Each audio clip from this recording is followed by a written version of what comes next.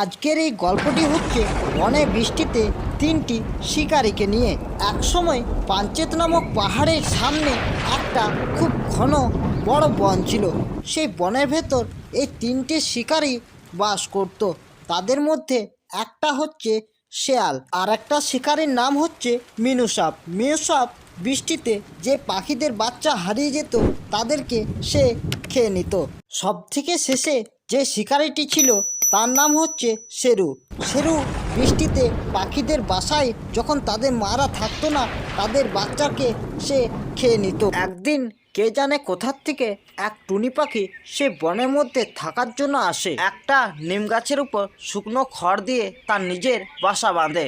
সে বনের মধ্যে ফল জোগাড় করে সে ফল খেয়ে সে বলে, বাহ, এই বনে তো খুব স্বাদিষ্ট ফল আছে। কিছুদিন পর টুনি তার বাসার মধ্যে তিনটে ডিম পাড়ে।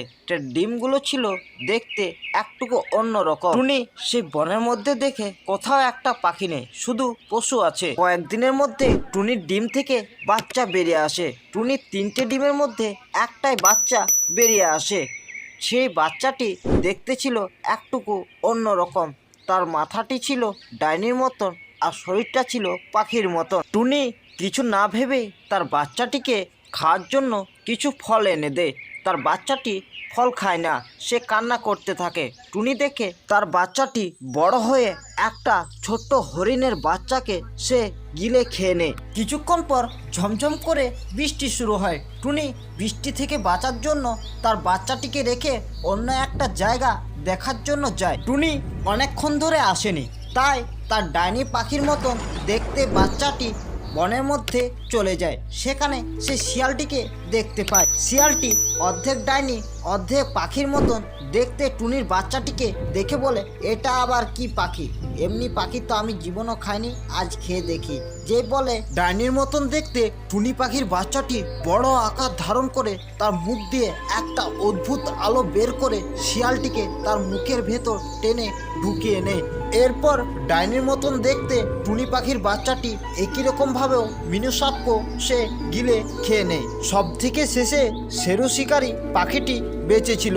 সে ডাইনি টুনি পাখির কাণ্ডটি দেখে সেখান থেকে যেই পালিয়ে যাচ্ছিল একটা গাছে ধাক্কা লেগে সে মাটিতে পড়ে যায়। এরপর ডাইনি টুনির বাচ্চাটি শেরু শিকারীর কাছে এসে অন্য শিকারীগুলির মতন তাকেও খেয়ে নেয়। একসময় পাঞ্চেত পাহাড়ের পাশে একটা ছোট্ট মতন নদী ছিল।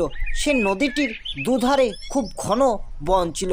সেই বনের ভেতর একটা বড় গাছের উপরে একটা ছোট্ট মতন টুনি পাখি আর তার মা ঘর বানিয়ে সেখানে বাস করত।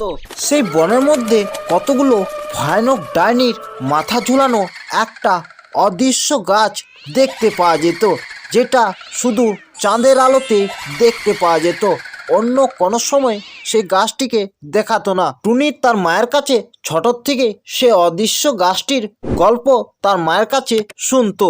একদিন টুনি একটা পুকুরের ধারে দাঁড়িয়ে ভাবছিল, আমি যদি সেই বনের অদৃশ্য ডাইনি গাছটিকে যদি কেটে দিই তাহলে বনের সব পাখিরা আমার জয় জয়কার করবে, আমাকে তাদের হিরো ভাববে। এই ভেবে টুনি তার মাকে না বলে একটা কুড়ালে নিয়ে পূর্ণিমা রাত্রে বেরিয়ে পড়ে। টুনি পথের মধ্যে একটা ডালের উপর একটা পেঁচাকে বসে থাকতে দেখে টুনি পেঁচাটিকে জিজ্ঞেস করে, এই পেঁচা দাদু, তুমি কখনো অদৃশ্য ডাইনি গাছ দেখেছো কি? পেঁচা দাদু বলে, এরে এই বোকা পাখি, তুই নিজের বাড়ি চলে যা। একটা কুড়ালি নিয়ে তুই ওই অদৃশ্য ভয়ানক ডাইনির গাছটিকে কাটতে চলেছিস? আমি এই বনের মধ্যে অনেক দিন ধরে আছি। আমি ওই ভয়ানক অদৃশ্য ডাইনির গাছটিকে দেখেছি। সেই গাছটি পূর্ণিমা রাত্রে শুধু দেখা দেয়, গোটা বনে ঘুরে বেড়ায়। কে জানে কোথায় এখন আছে সেই গাছটি। আমি জলদি করে নিজের বাড়ি যাচ্ছি, তুমিও নিজের বাড়ি চলে যাও। টুনি অদৃশ্য ডাইনির গাছটির কাছে ঘোরাঘুরি করতে থাকে। হঠাৎ চাঁদের আলো পড়ে, সেই গাছটির থেকে ডাইনিগুলি বেরিয়ে আসে। দুটা বড় বড় হাত বেরিয়ে আসে। টুনি এই দেখে কান্নাকাটি করতে থাকে, বলে, আমাকে ছেড়ে দাও, আমার ভুল হয়ে গেছে। সেই ভয়ানক ডাইনিগুলো টুনিকে খেয়ে